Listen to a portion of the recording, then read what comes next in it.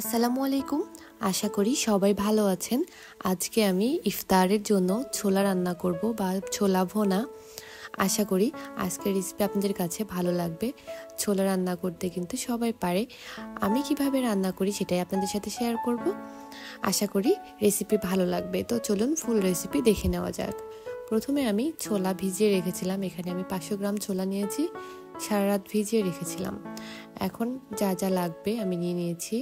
আদা লাগবে, পেঁয়াজ লাগবে, রসুন, লবণ, হলুদ, জিরা, মরিচের গুঁড়া আর গরম মশলার গুঁড়া। দেখতেই পাচ্ছেন আমি এখানে বড় সাইজের 4টা পেঁয়াজ নিয়েছি, আদা নিয়েছি, রসুন নিয়েছি, আমি ব্লেন্ডারে ব্লেন্ড করে নিয়েছি। বড় সাইজের 4টা পেঁয়াজ আর 3 টেবিল চামচ পরিমাণ আদা বাটা আর 2 টেবিল চামচ পরিমাণ রসুন বাটা নিয়েছি। 1 চা চামচ পরিমাণ জিরার গুঁড়া, হাফ চা চামচ পরিমাণ গরম মশলার গুঁড়া, পরিমাণ মতো তেল আর পরিমাণ মতো লবণ, হলুদ। আর মরিচটা আপনারা স্বাদ অনুযায়ী দিয়ে নেবেন, যে যেরকম ঝাল খেতে চান। তবে ছোলাতে ঝালের পরিমাণটা একটু কম দেওয়াটা উচিত আমার কাছে মনে হয়, যেহেতু আমরা এটা মুড়ির সাথে খাই। এক্সট্রা কিন্তু মরিচটা নেওয়া যায়। এখন খুব ভালোভাবে মাখতে হবে। আমরা যেরকম মাংস রান্নার আগে ম্যারিনেট করে রাখি, ঠিক ওরকম আপনারা যদি মেখে 20 মিনিট বা 30 মিনিট রেখে দেন, তাহলে কিন্তু এই ছোলার টেস্টটা অনেক গুণে বেড়ে যাবে। আর আদার পরিমাণটা অবশ্যই বেশি দিতে হবে। আদার ফ্লেভারটা খুবই ভালো লাগে। একবার হলেও এভাবে রান্না করে দেখবেন, তাহলে বুঝতে পারবেন একটু অন্যরকম একটা টেস্ট পাবেন। আমি সামান্য পরিমাণ পানি দিয়ে দিয়েছি। দেখতে পাচ্ছেন পানির পরিমাণটা কতটুকু হবে। ছোলাগুলো কিন্তু পানির উপরেই থাকছে, নিচেই থাকছে না, মানে সমান করে দিয়েছি। আপনারা জাস্ট দেখে বুঝেছেন।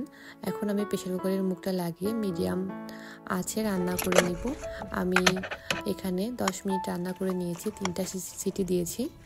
দেখতে পাচ্ছেন একদম সফট হয়ে গেছে, আবার কিন্তু অনেক বেশি সিদ্ধ হয়ে যায়নি, একদম পারফেক্ট আছে। দেখতে পাচ্ছেন একটু পানি আছে, এটা এখন আমি শুকিয়ে নিব। আর পানির পরিমাণটা এভাবেই দিতে হবে যেন একটু থেকে যায়।